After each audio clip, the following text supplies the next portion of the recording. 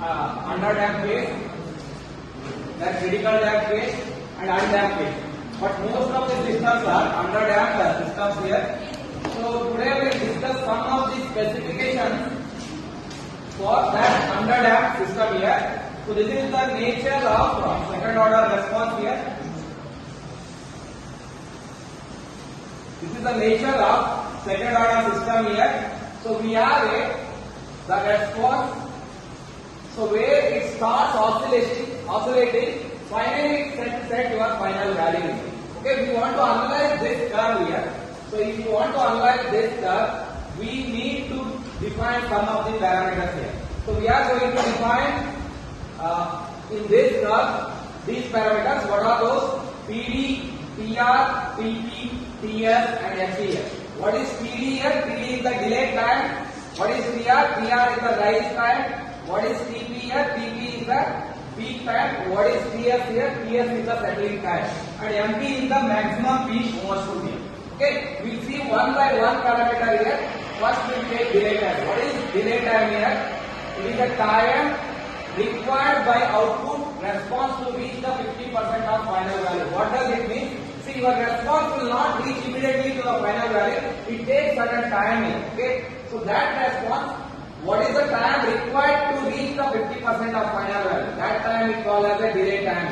Okay, so delay time is given by T is equal to 1 minus 0.7 zeta divided by omega n. Okay, this is the approximated equation. Actually, to solve the TD from this expression, it will be non-linear relation, but we are approximating to this expression here. Okay, so what does delay time gives the information? It tells how slow is your system.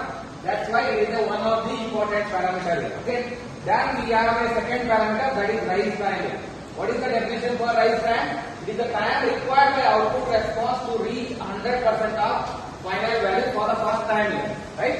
So your final value has reached so many times, but those times we don't want here. This is the first time when it reaches.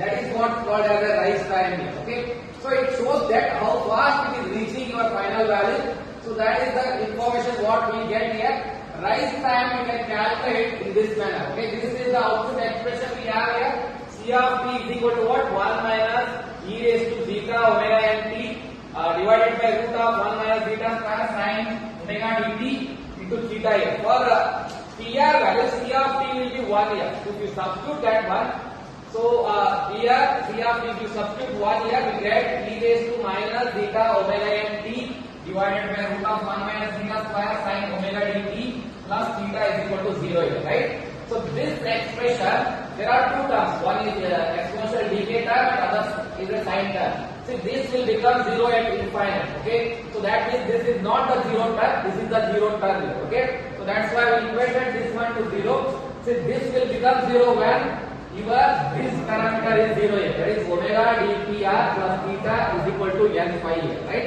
So when this parameter becomes n phi, then only the sine term will be 0, right? So based on that, we can write as PR is equal to n phi minus theta divided by omega d here, right? But we know that PR is for first peak here, so we need to substitute n is equal to 1. We got PR expression as phi minus theta divided by omega d here. Okay. Again, if you are looking at ED and PR, so it clearly indicates that your frequency and see, this does not look like it does not depend on theta value, but omega d is what? What is the expression for omega d? Omega d is nothing but omega n into root of 1 minus theta square. Okay, so your theta is the deciding factor for TR and TD here. Okay, so both things will be decided by your theta value, and the third parameter is peak time here. So we just define how to measure the peak time. We will define the peak time and we will see the formula here. We will not derive for this. So it is the time required by your output to reach the maximum value. What is the time that when it reaches maximum value?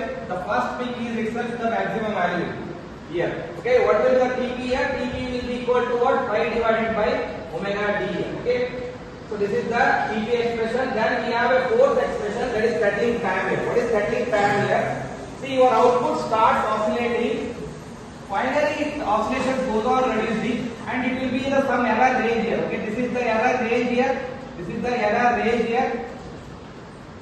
In this range your output will come here, right? At this range your output will come. Okay, when your output is coming in that range, that time we call as a steady state time here. So that time is given by Ts is given by ln of error divided by beta into omega n here. Okay, Ts is given by ln of error divided by beta into omega n. Okay, and then the final thing is maximum peak overshoot. MP is given by, see, MP is what is the maximum value it is crossing more than your response here. That is MP is given by, MP is equal to e raised to minus 5 zeta divided by, 5 zeta whole term divided by root of 1 minus beta square. Okay, so this is the expression what we get here, e raised to minus 5 zeta divided by 1 second. Let me check it.